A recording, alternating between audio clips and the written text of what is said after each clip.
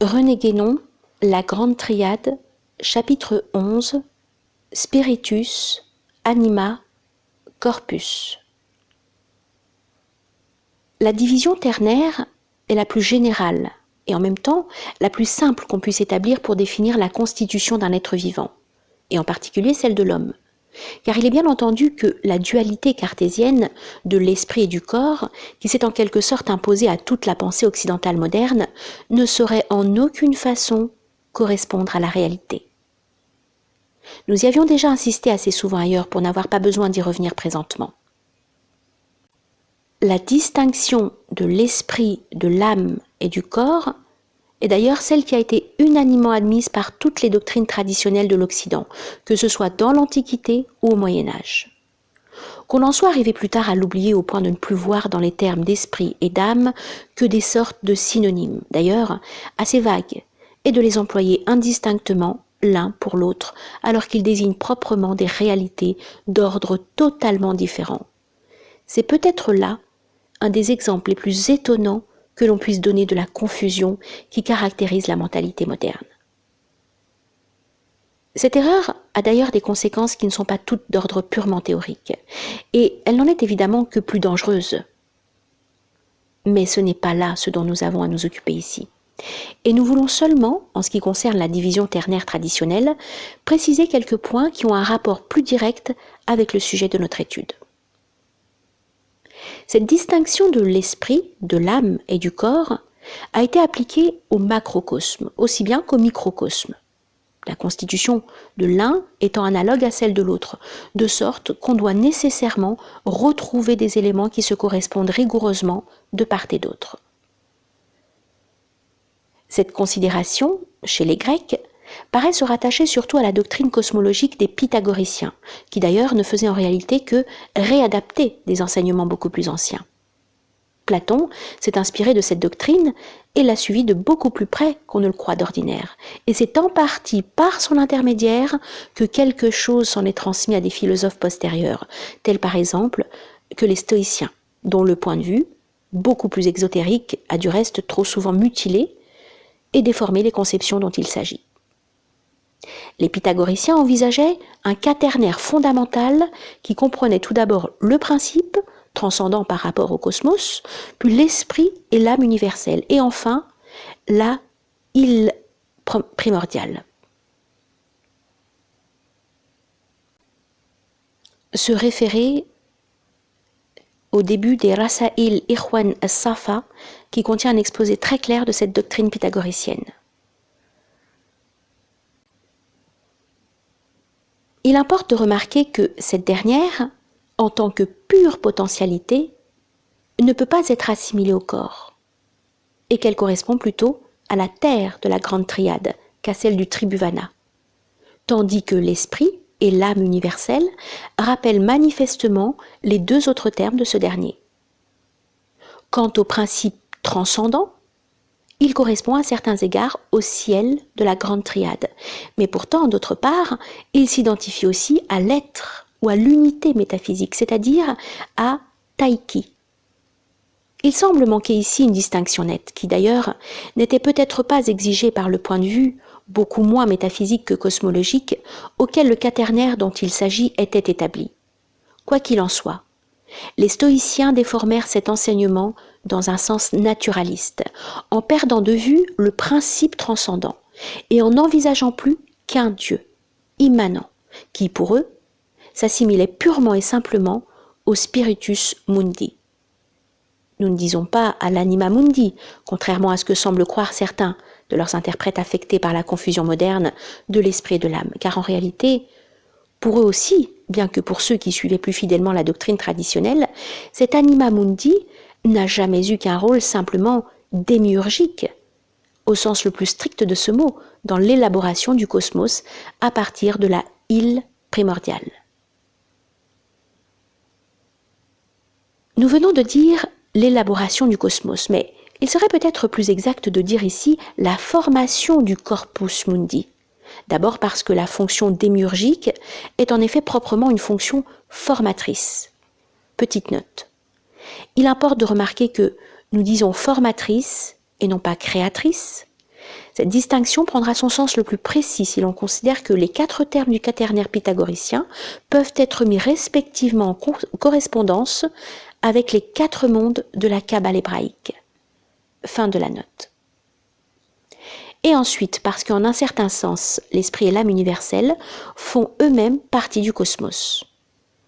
En un certain sens, car, à vrai dire, il peut être envisagé sous un double point de vue, correspondant encore en quelque façon à ce que nous avons appelé plus haut le point de vue génétique et le point de vue statique, soit comme des principes en un sens relatif, soit comme des éléments constitutifs de l'être macrocosmique. Ceci provient de ce que, dès lors qu'il s'agit du domaine de l'existence manifestée, nous sommes en deçà de la distinction de l'essence et de la substance. Du côté essentiel, l'esprit et l'âme sont à des niveaux différents, comme des réflexions du principe même de la manifestation. Du côté substantiel, ils apparaissent au contraire comme des productions tirées de la materia prima, bien que déterminant eux-mêmes ces productions ultérieures dans le sens descendant. Petite note, rappelons à ce propos que, suivant la doctrine hindoue, Bouddhi, qui est l'intellect pur et qui, comme tel, correspond au spiritus et à la manifestation informelle, est elle-même la première des productions de Prakriti, en même temps qu'elle est aussi, d'autre part, le premier degré de la manifestation d'Atma, ou du principe transcendant. Fin de la note. Et cela parce que pour se situer effectivement dans le manifesté, il faut bien qu'ils deviennent eux-mêmes partie intégrante de la manifestation universelle. Le rapport de ces deux points de vue est représenté symboliquement par le complémentarisme du rayon lumineux et du plan de réflexion, qui sont l'un et l'autre nécessaires pour qu'une image se produise, de sorte que, d'une part, l'image est véritablement un reflet de la source lumineuse elle-même, et que d'autre part, elle se situe au degré de réalité qui est marqué par le plan de réflexion. Petite note. Voir le symbolisme de la croix. Fin de la note. Pour employer le langage de la tradition extrême orientale, le rayon lumineux correspond ici aux influences célestes, et le plan de réflexion aux influences terrestres, ce qui coïncide bien avec la considération de l'aspect essentiel et de l'aspect substantiel de la manifestation. Petite note.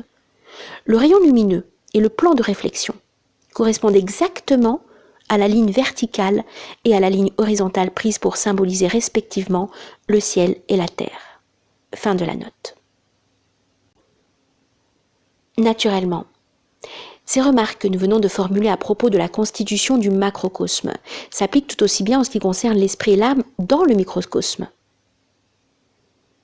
Il n'y a que le corps qui ne peut jamais être considéré à proprement parler comme un principe, parce que étant l'aboutissement et le terme final de la manifestation. Ceci, bien entendu, pour ce qui est de notre monde ou de notre état d'existence. Il n'est que produit et ne peut devenir producteur sous aucun rapport. Par ce caractère, le corps exprime aussi complètement qu'il est possible, dans l'ordre manifesté, la passivité substantielle. Mais en même temps, il se différencie aussi par là, de la façon la plus évidente, de la substance elle-même, qui concourt en tant que principe maternel à la production de la manifestation. À cet égard, le ternaire de l'esprit, de l'âme et du corps est, peut-on dire, constitué autrement que les ternaires formés des deux termes complémentaires et en quelque sorte symétriques, et d'un produit qui occupe entre eux une situation intermédiaire. Dans ce cas, et aussi cela va de soi dans celui du tribhuvana auquel il correspond exactement, les deux premiers termes se situent du même côté par rapport au troisième. Et si celui-ci peut en somme être considéré encore comme leur produit, il ne joue plus dans cette production un rôle symétrique. Le corps a dans l'âme son principe immédiat, mais il ne procède de l'esprit qu'indirectement et par l'intermédiaire de l'âme. C'est seulement lorsqu'on considère l'être comme entièrement constitué, donc au point de vue que nous avons appelé statique, que voyant dans l'esprit son aspect essentiel et dans le corps son aspect substantiel, on peut trouver sous ce rapport une symétrie, non plus entre les deux premiers termes du ternaire, mais entre le premier et le dernier. L'âme est bien alors sous le même rapport, intermédiaire entre l'esprit et le corps. Et c'est ce qui justifie sa désignation comme principe médiateur que nous indiquions précédemment. Mais elle n'en demeure pas moins comme second terme, forcément antérieur au troisième. Et par conséquent, elle ne saurait aucunement être regardée comme un produit ou une résultante des deux termes extrêmes. Petite note. Il va de soi que c'est d'une antériorité logique qu'il s'agit ici essentiellement, les trois termes étant d'ailleurs envisagés en simultanéité comme éléments constitutifs de l'être. Fin de la note. Une question peut encore se poser. Comment se fait-il que, malgré le défaut de symétrie que nous venons d'indiquer entre eux, l'esprit et l'âme soient cependant pris parfois d'une certaine façon comme complémentaires?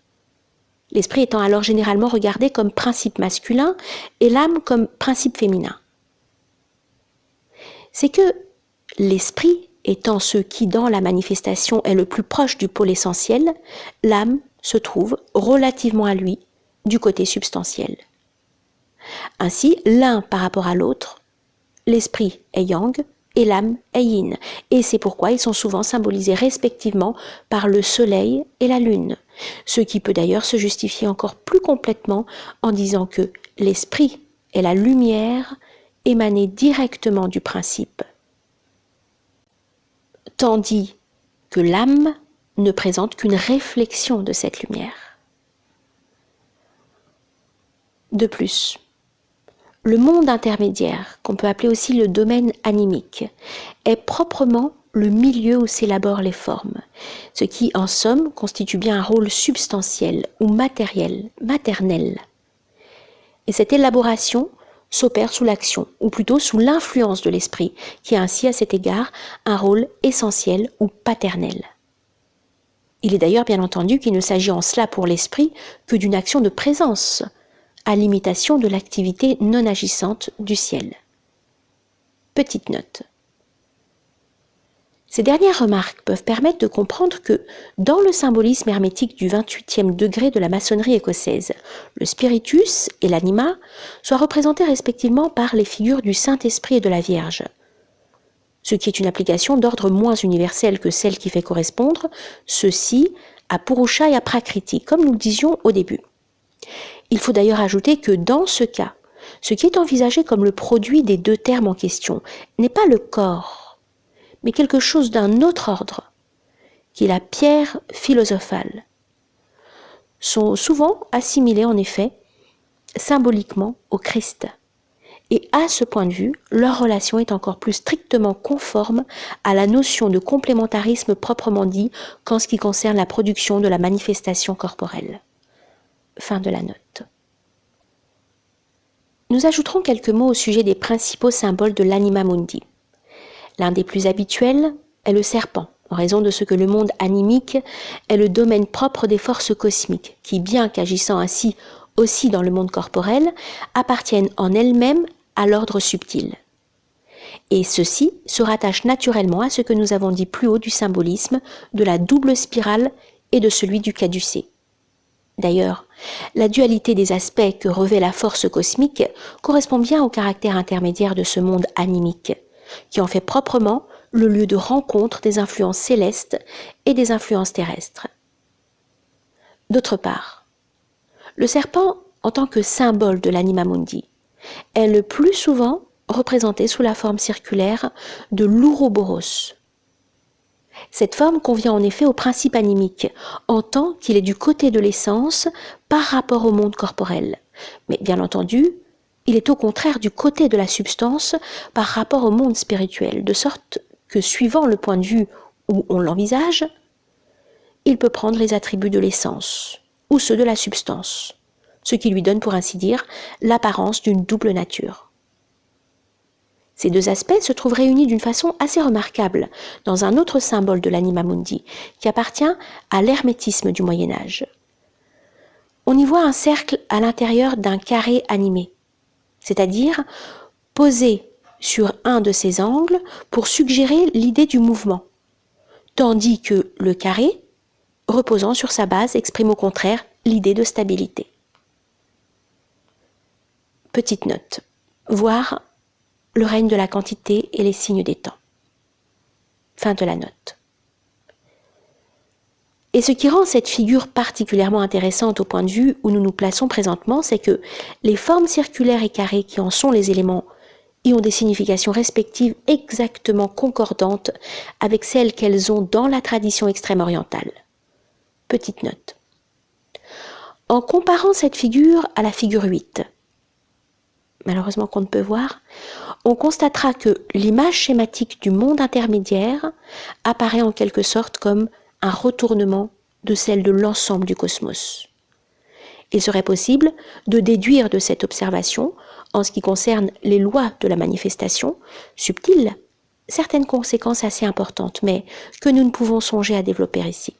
Fin de la note.